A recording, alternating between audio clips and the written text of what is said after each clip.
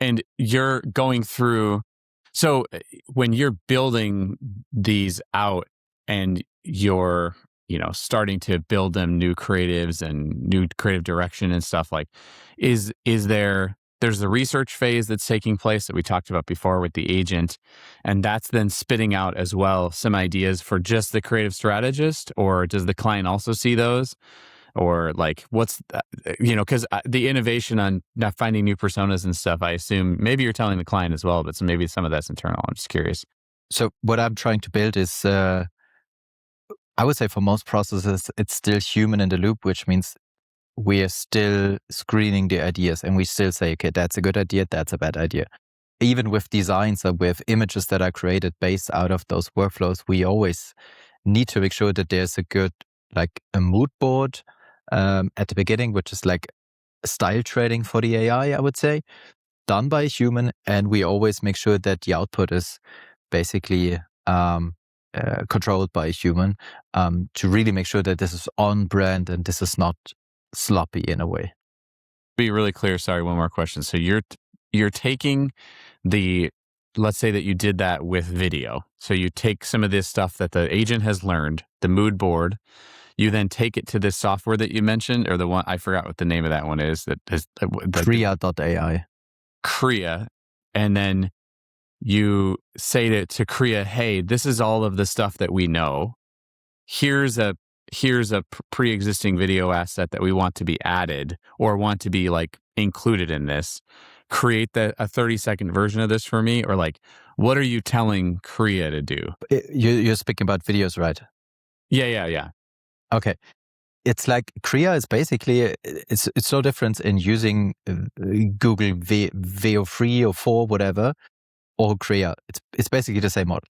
What we do is we create for videos, we create like a sketchboard. So it's like having someone who's thinking of the video, which scenes do we need in a video, and we create images for each scene.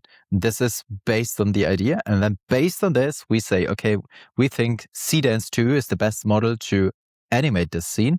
And then we have 10 different scenes, and those 10 different scenes is additional B-roll footage for our video team. That's how we think about this. The 10 different scenes are being sketched out by what you're learning from the agent.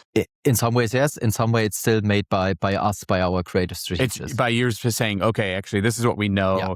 This is what the client says. And then like, here's the scenes. And these little scenes. I do have one good example, which is quite hard to shoot as a video, actually. So usually we still do lots of videos with content creators out there. We have roughly 300 that are working with us. And we have a client that's selling socks, sports socks. The issue with sports socks is it's really hard to, as a content creator, it's really hard to shoot a video wearing your socks, running, and shooting a video from the back, basically recording yourself running. That's very, very hard. So you definitely need a video team or someone else recording that person, which is expensive, which makes costs going up. And what you can do is you can create these scenes or multiple scenes where a person is wearing socks and is running basically, and the video is recording this person from the back, from the side, whatever. This can be perfectly done by AI. And then you can basically mix and match the scene of whatever the content creator who's talking about the product with this B-roll footage. So that's quite a good example, I think. But then again, which I think is really interesting, is that you're using that so your experienced team can make the decision if it's good enough and give feedback. So it's just like you're working with a AI photographer, and the rest of the workflow is pretty much the same that it's always been. Is that kind of correct, or? Kind of. I do think that human taste is still super important, but everything else should be enabled and enhanced by AI, and that's how we think about this. Yeah.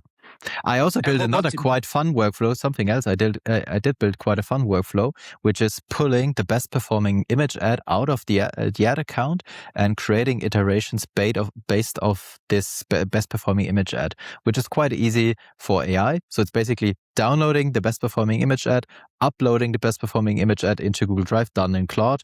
Then it's sending the image into Claude, Claude is reading basically what's on the image. It's creating new hooks basically, so text overlays for the image. This is then again double checked by another prompt basically, because sometimes the grammar was wrong or the spelling was wrong. And then basically it's creating 3 different versions of the same image with different hooks and overlays. This is end-to-end automation of creatives. But from all what we guys probably know is that iterations are not like the thing where you should spend too much time on because of Meta, Andromeda, and creative diversification. So I would not spend too much time on this. That's why I thought, okay, it might be a good idea to automate this end to end. That's what we do with image ads and iteration.